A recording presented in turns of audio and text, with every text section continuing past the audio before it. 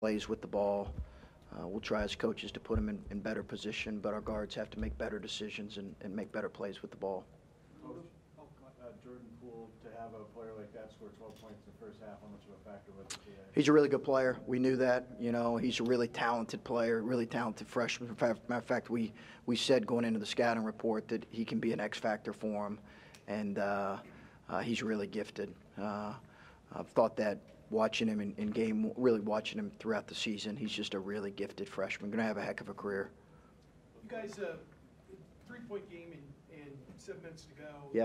Or 10 minutes to go, rather, and you got it right where you wanted to get in position, and you went 6 minutes without a field goal. I apologize if you already addressed that stretch, but just in your mind, were they speeding you up? Were they? I think we probably missed a couple shots in there. I'd have to go back and look at it. I remember the stretch, but I don't remember the specifics of the stretch. I'd have to look at it and try to figure out what exactly was that poor execution, or was that. I do think we had an offensive rebound kick out maybe to Keita for an open three. So I think there were some missed shots there. But again, I think we've got to continue to play through physicality, and the guy that really does the best job of that is Jay Sean.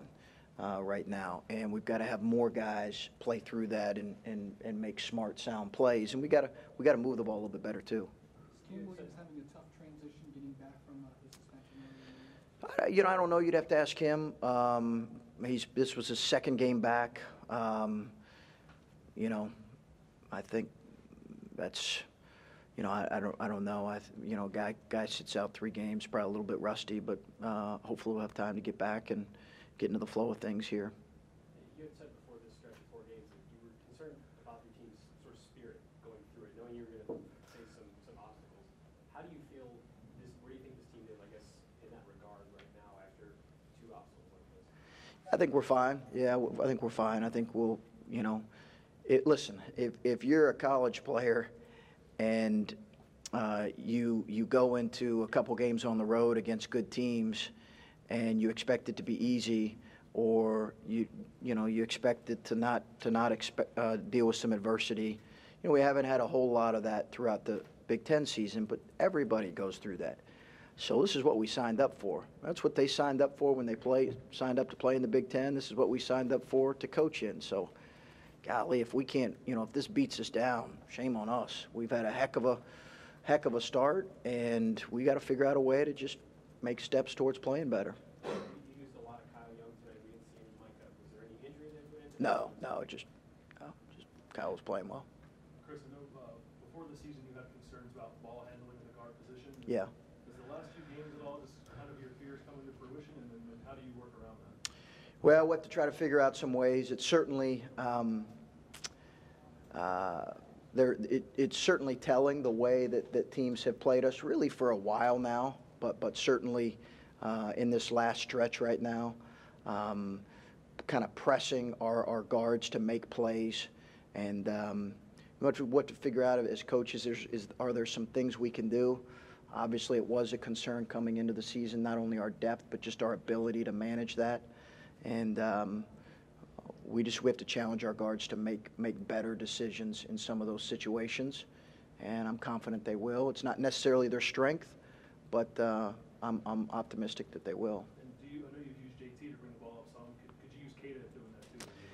Yeah, but Keita's got to get better in that area too. I think he's got to be able to play through physicality and force and guys crawling up into him a little bit better as well, and got to continue to work to get to his spots. I thought he did that at times tonight better than Penn State, but we got to keep working with him. But JT's certainly an option, and I think CJ will learn from this, and so will Andrew, and hopefully we'll make some strides moving forward. Chris, other than the last 2 games, you guys have played pretty well coming from behind, and now just mentally being in second in the Big Ten instead of first. Is that maybe a change of focus that could benefit your team down the stretch? Yeah, I don't know, because we haven't talked a whole lot about matter of fact, we haven't talked at all about, I just don't think you talk about that a whole lot until it's, maybe you're in the last game or 2, especially as close as it is. So we haven't really discussed, hey, this is what this means, or this is what that means, or,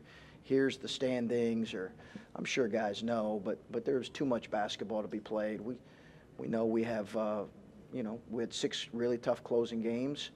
We've got through a couple of those, and we've got, our last 2 are going to be really challenging. So, I don't know that affects them in any way necessarily. We're just trying to improve at this point. Chris, everybody wants to learn from every game, learn from every loss, but are you closer to, you know what, everybody loses sometimes. It's hard to get through a Big Ten schedule with 1 loss, or closer to, boy, we have a couple things we got to get fixed, or, we're going to keep losing some games? I would probably say somewhere in the middle of that, those 2 thoughts. I think that the reality is that if you go through a power conference unscathed, then you got one heck of a team. And by unscathed, I mean, a loss or 2. Having said that, we have to correct some things and hopefully improve in some areas, because Rutgers is a very physical. They're one of the best defensive teams in the country. So we certainly have to make some strides moving forward with a very quick turnaround. I think we did some good things today. I don't want to take anything away from some of the things our guys did. Michigan just played better today. 2 more?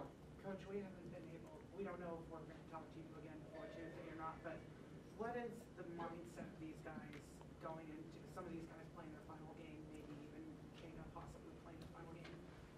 Has the mindset changed at all after a couple of hard losses, or is it still high spirits for a few guys that are going to be playing their last home game?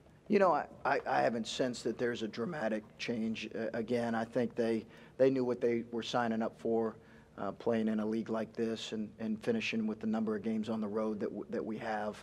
Great environments. I give Michigan a lot of credit. Incredible environment here on senior day for them. But I think they understood that. So right now, I think their focus is, hey, how can we get better? And we need to in a hurry before Tuesday. You talked about playing through Jay Sean's physicality. What did he give you tonight? Your high rebounds and the way he was scoring, it seemed like he was kind of the main thing you had to lean on today. Yeah, I thought he did the best job of playing through their physicality, and being a guy that can just play through how the game is being called right now, and he was able to get to some of his spots and play with strength and force, and hopefully we can just get a few more guys. Obviously, it's kind of what he does anyway, but I was really proud of him. Now we got to see with the quick turnaround, can he come back with that kind of effort and help lead our guys on Tuesday?